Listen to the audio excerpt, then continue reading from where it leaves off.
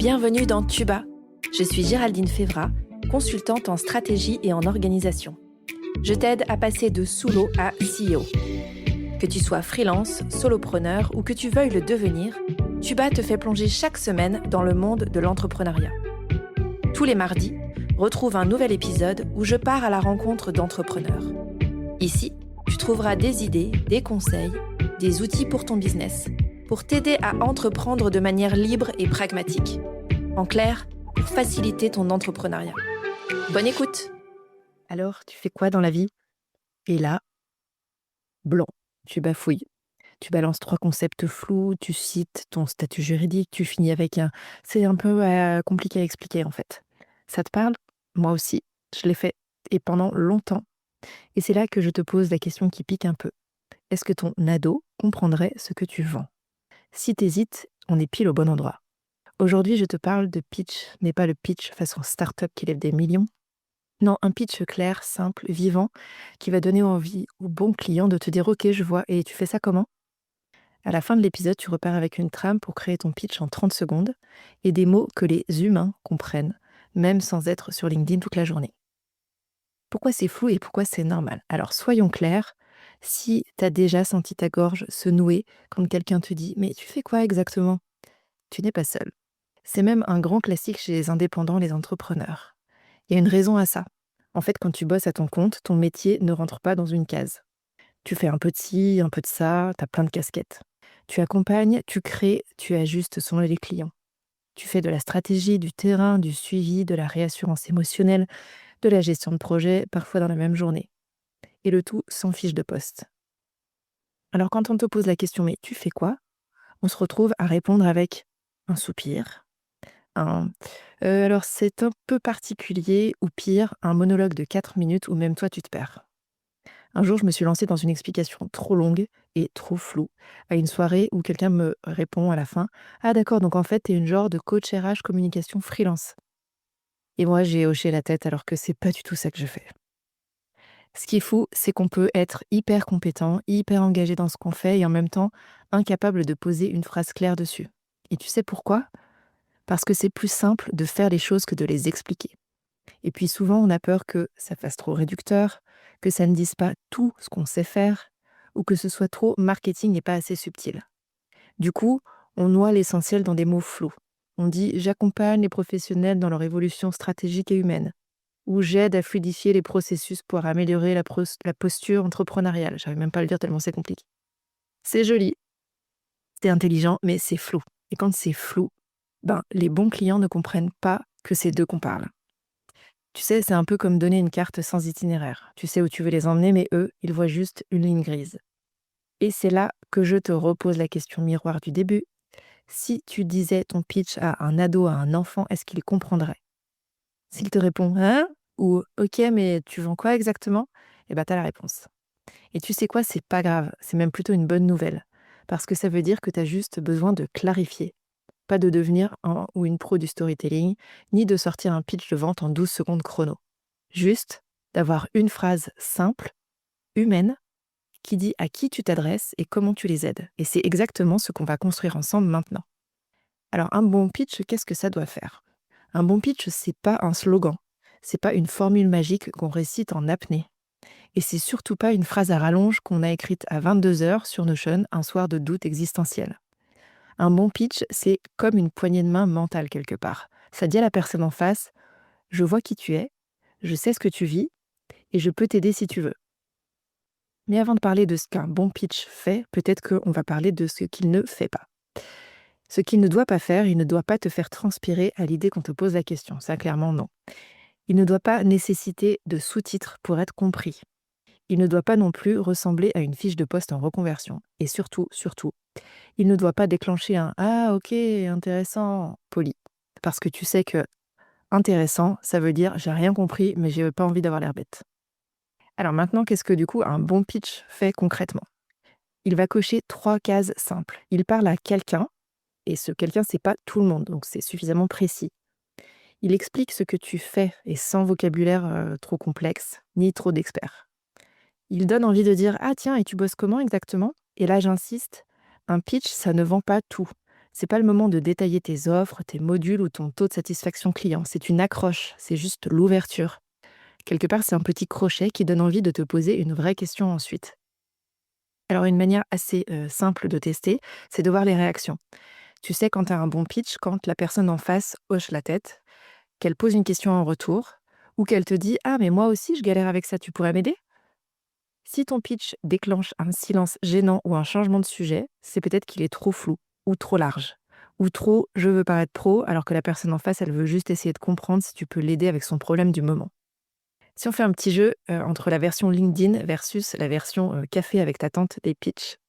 Prenons un exemple. Version LinkedIn, ça donnerait: je suis experte en stratégie de visibilité pour entrepreneurs à impact, avec un accompagnement sur mesure autour de l'identité, du message et du positionnement différenciant. J'ai dû prendre de l'air avant de dire tout ça.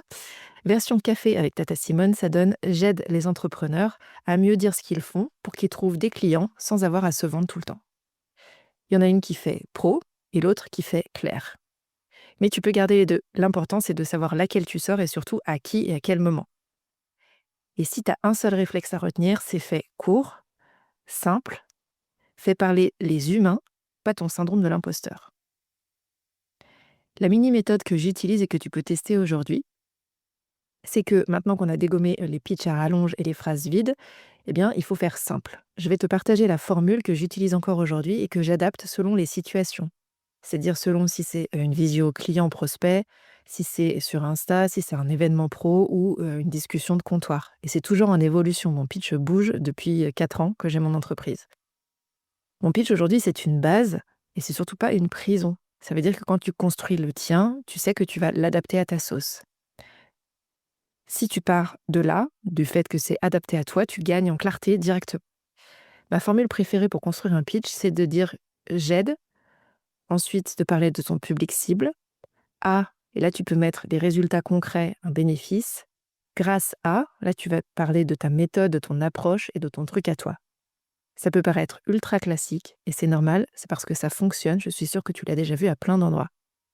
Cette méthode, elle va droit au but, elle dit pour qui tu bosses, ce que tu leur permets de faire et comment tu t'y prends. Et tout ça en une seule phrase. Je te donne quelques exemples pour t'inspirer.